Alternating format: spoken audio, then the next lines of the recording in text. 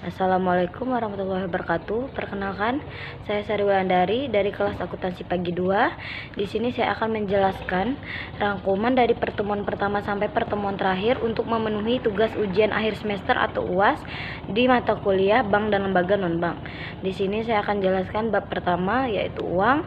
Di sini ada lembaga keuangan yang terdiri menjadi lembaga keuangan bank dan lembaga keuangan lainnya. Di sini lembaga keuangan bank terdiri menjadi beberapa bagian, yaitu bank sentral, bank umum, dan bank perkreditan rakyat. Sedangkan lembaga keuangan lainnya terbagi menjadi pasar modal, pasar uang dan falas, modal ventura, asuransi, koperasi simpanan pinjam, anjak piutang, pegadaian, leasing, dan dana pensiun. Nah, di sini pengertian uang adalah segala sesuatu yang dapat diterima secara umum sebagai alat pembayaran dalam suatu wilayah tertentu atau sebagai alat pembayaran utang, bisa juga sebagai alat untuk melakukan pembelian barang dan jasa.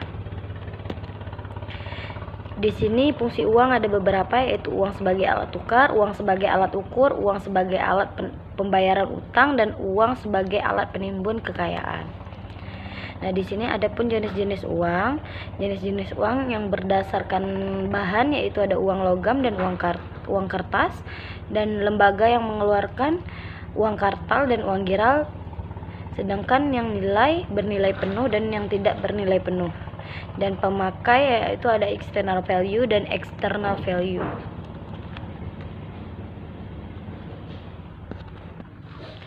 Dan bab 2, yaitu ruang lingkup lembaga keuangan bank.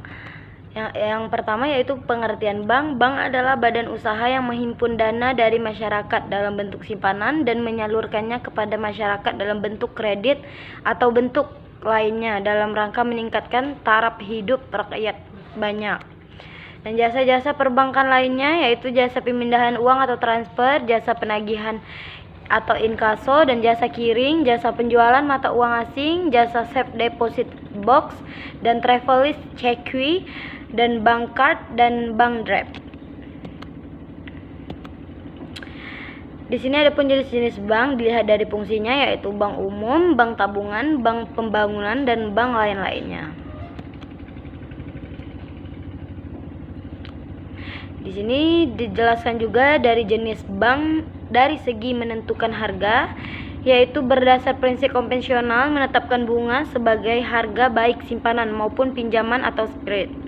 Dan berdasarkan prinsip syariah, penentuan harga produknya berdasarkan hukum Islam.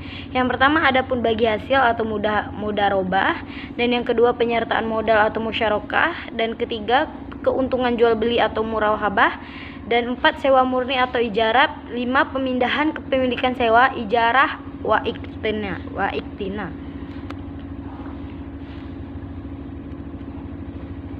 Nah, di sini jenis-jenis kantor banknya terbagi menjadi beberapa, yaitu adapun kantor pusat dan kantor wilayah dan juga kantor cabang penuh.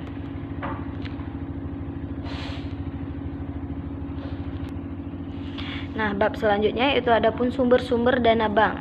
Di sini sumber-sumber dana bank adalah usaha bank dalam menghimpun dana untuk membiayai operasinya. Di sini ada pun jenis-jenis ceknya, yaitu cek alatas untuk aan founder, dan cek atas nama aan order, dan cek atas pembawa, cek mundur, dan cek silang terakhir, dan cek kosong. Perbedaan cek dan biliet giro. Cek di sini yaitu bersifat tunai dan non tunai. Identitas atas nama atau unjuk hanya ada satu tunggal, dan biliet giro bersifat non tunai. Identitas atas nama ada 2 tunggal. Dan di sini juga dijelaskan simpanan deposito, yaitu ada deposito berjangka, sertifikat deposito, deposito one call.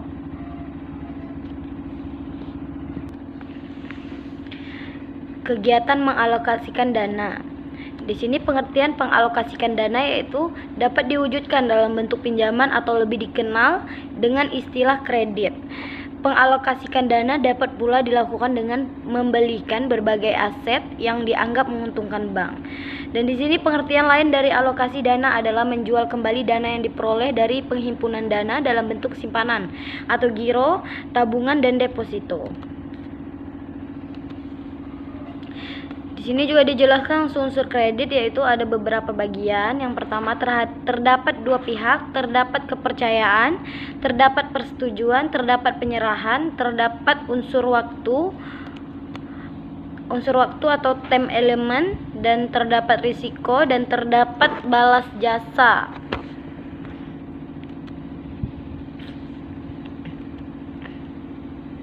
Di sini juga dijelaskan jenis-jenis kredit, yaitu adapun jenis kredit dilihat dari segi tujuan penggunaan, jenis kredit dilihat dari segi kegunaannya, jenis kredit dilihat dari jangka waktu, dan jenis kredit menurut jaminannya.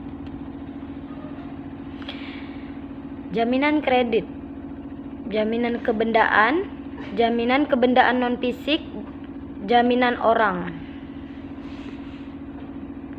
Prinsip-prinsip pemberian kredit yaitu karakter, capacity, kapital, collateral, condition. Selanjutnya suku bunga.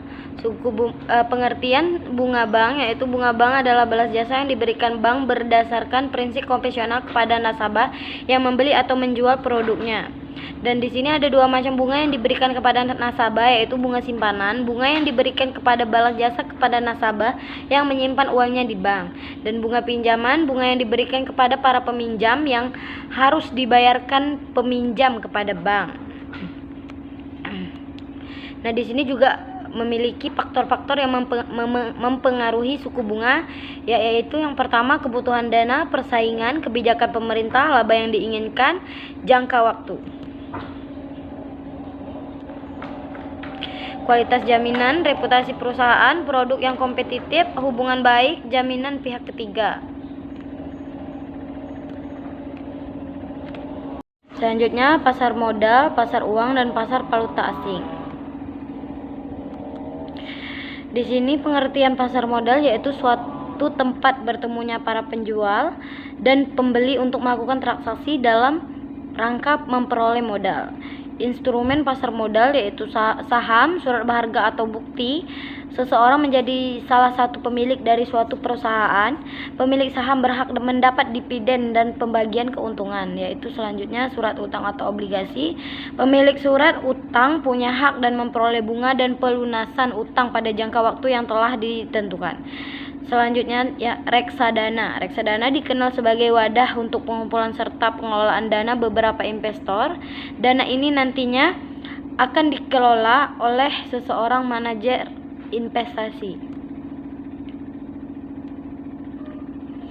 Di sini juga dijelaskan lembaga yang terlibat di pasar modal, yaitu perusahaan emiten. Yang pertama, selaku pelaku pasar modal di Indonesia tak kalah penting, yaitu perusahaan emiten.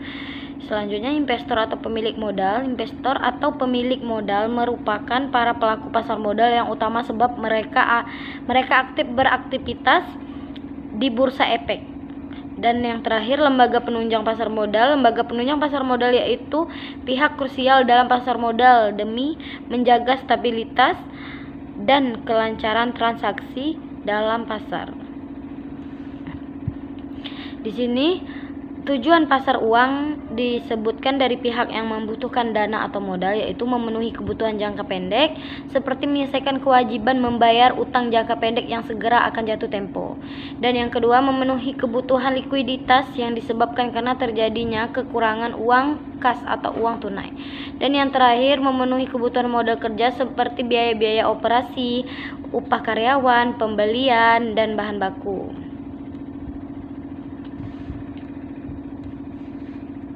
Nah, di sini pasar valuta asing, pasar yang mempertemukan antara pembelian dan penjualan mata uang asing. Umumnya kegiatan penawaran dan permintaan falas dilakukan di bursa valuta asing yang diselenggarakan oleh bank.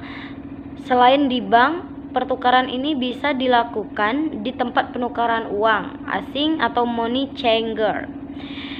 Dan tujuan melakukan transaksi falas yaitu sebagai media untuk bertransaksi, sebagai media untuk mempertahankan daya beli, bisa mengirimkan uang ke luar negeri dengan mudah untuk mendapatkan keuntungan, untuk pemagaran resiko atau hedging, dan mempermudah kegiatan belanja di negara lain.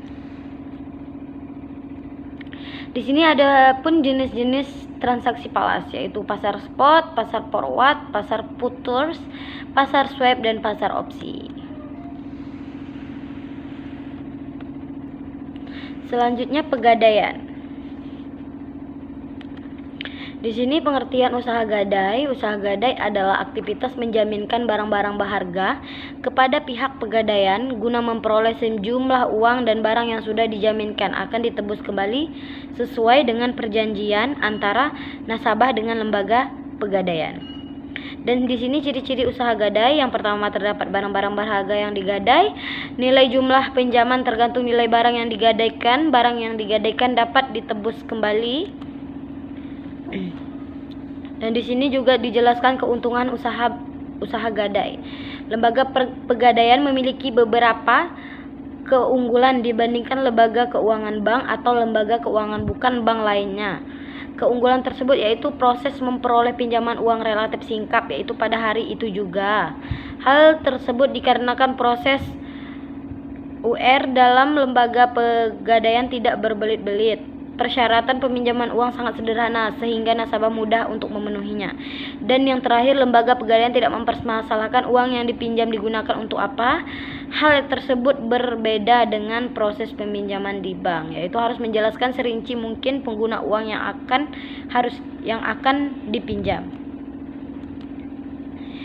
Nah, di sini barang jaminan, barang yang dapat digadaikan. Pada dasarnya hampir semua barang bergerak dapat digadaikan di pegadaian dengan pengecualian untuk barang-barang tertentu. Barang yang dapat digadaikan meliputi, yaitu yang pertama barang perhiasan yang terbuat dari emas, perak, platina, intan, mutiara, dan batu mulia. Di sini yang kedua kendaraan mobil, sepeda motor, sepeda, dan lain-lainnya. Barang elektronik, kamera, navigator, freezer, radio, tape recorder, video player, televisi, dan lain-lain. Barang rumah tangga, perlengkapan dapur, perlengkapan makan, dan lain-lainnya. Misalnya mesin-mesin, tekstil, barang lain yang dianggap bernilai, dan perum pegadaian. Selanjutnya kartu plastik. Di sini pengertian kartu plastik yaitu alat pembayaran secara online atau non tunai dengan menggunakan kartu dan diterbitkan oleh bank negeri maupun swasta. Di dalamnya terdapat fasilitas seperti promo, penggunaan, dan diskon yang didapat oleh penggunanya. Kartu kredit dapat membantu kamu untuk melakukan transaksi di awal dan pada akhirnya kamu harus membayar nominal yang sudah terpakai pada awal bulan ke bank. Pihak-pihak yang terlibat. Di sini dijelaskan bank atau perusahaan pembiayaan baik sebagai penerbit dan pembayar issuer bank. Dan yang kedua, pedagang merchant sebagai tempat belanja seperti supermarket, toko, dan tempat-tempat lainnya yang mana bank telah mengikat perjanjian terlebih dahulu. Dan yang terakhir, pemegang kartu card holder adalah nasabah yang namanya tertera dalam kartu tersebut dan yang berhak menggunakan untuk berbagai keperluan transaksi. Sistem kerja kartu plastik. Nasabah mengajukan permohonan sebagai pemegang kartu dengan memenuhi segala peraturan yang telah dibuat.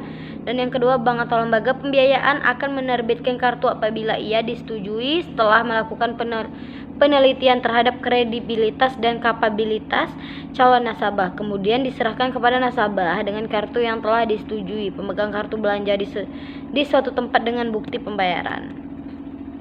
Di sini dijelaskan jenis-jenis kartu plastik, dilihat dari fungsinya yaitu credit card, chain card, charge card, debit card, cash card, check guarantee card, dilihat berdasarkan wilayah, kartu lokal, dan kartu internasional. Perusahaan asuransi.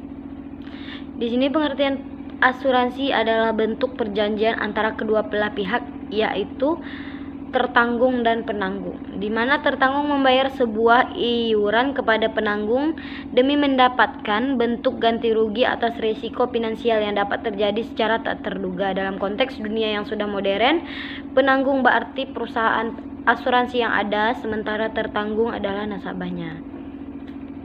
Di sini dijelaskan jenis-jenis asuransi yang dilihat dari segi fungsinya, yaitu asuransi kerugian, asuransi jiwa, dan reasuransi.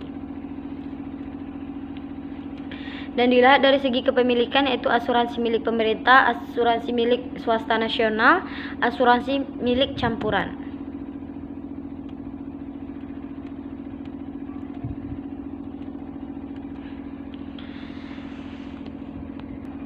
Selanjutnya, bab selanjutnya jasa-jasa bank lainnya.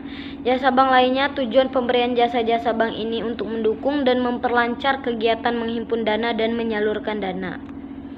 Di sini keuntungan jasa-jasa bank juga dijelaskan, yaitu keuntungan pokok perbankan didapat dari selisih bunga simpanan dengan bunga kredit atau spread based, dan bank juga memperoleh keuntungan dari transaksi yang diberikan dalam jasa-jasa bank lainnya (P-based).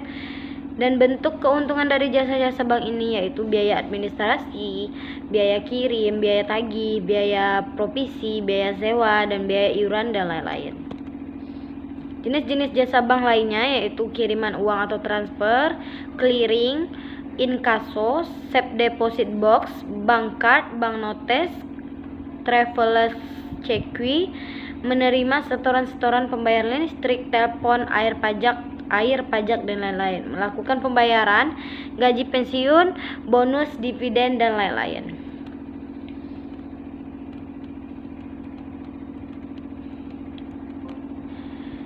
Di sini juga dijelaskan untuk melakukan pembayaran, yaitu gaji pensiun, bonus, hadiah dan dividen. Dan bab terakhir atau pertemuan yang terakhir yaitu adapun dana pensiun. Dana pensiun, sekumpulan dana yang diperoleh dari iuran tetap tiap peserta, penyisihan penghasilan perusahaan, serta para peserta memiliki hak mendapatkan bagian keuntungan itu setelah pensiun. Jadi kegiatan dana pensiun adalah memungut dana dari iuran yang dipotong dari pendapatan karyawan suatu perusahaan. Iuran ini kemudian diinvestasikan ke dalam berbagai kegiatan usaha yang dianggap paling menguntungkan. Tujuan pensiun yaitu bagi perusahaan memberikan penghargaan kepada setiap karyawan karena telah memberikan pengabdian terhadap perusahaan. Yang kedua, menciptakan rasa aman untuk karyawan agar mampu menurunkan tingkat karyawan yang berhenti bekerja. Dan yang ketiga, meningkatkan citra sebuah perusahaan ketika menjalankan bisnis. Dan yang terakhir, meningkatkan motivasi kerja karyawan sehingga produktivitas perusahaan juga meningkat. Dan bagi karyawan, yaitu hari tua yang umumnya sulit untuk melanjutkan kerja dan meraih pendapatan. Dan yang kedua, jika penerimaan dana ini meninggal, dana tersebut bisa diwariskan kepada keluarga yang masih hidup sehingga rasa aman juga didapatkan oleh keluarga penerima. Dan yang ketiga, bagi penyelenggara program, yaitu yang pertama, penyelenggara program memiliki kesempatan untuk mengelola dana agar menghasilkan keuntungan sebab iuran dana hari tua dapat digolongkan ke dalam investasi. Dan yang kedua, mendukung program pemerintah dalam pengadaan dana hari tua. Dan yang terakhir, sebagai aktivitas bakti sosial kepada peserta iuran dana tersebut. Jenis-jenis pensiun yaitu pensiun normal, pensiun dipercepat, pensiun ditunda, pensiun cacat. Dana pensiun berdasarkan program yaitu dana pensiun manfaat pasti, dana pensiun iuran pasti. Dan di sini sistem pembayaran pensiun yaitu program pensiun manfaat pasti. Pensiun jenis ini memberikan manfaat pasti kepada penerimanya melalui besaran dan pensiun yang sudah ditentukan. Dan program pensiun iuran pasti lebih menguntungkan perusahaan. Baiklah, sampai di sini saya menjelaskan tentang perangkuman pertemuan pertama dan pertemuan terakhir. Saya akhiri. Wassalamualaikum warahmatullahi wabarakatuh.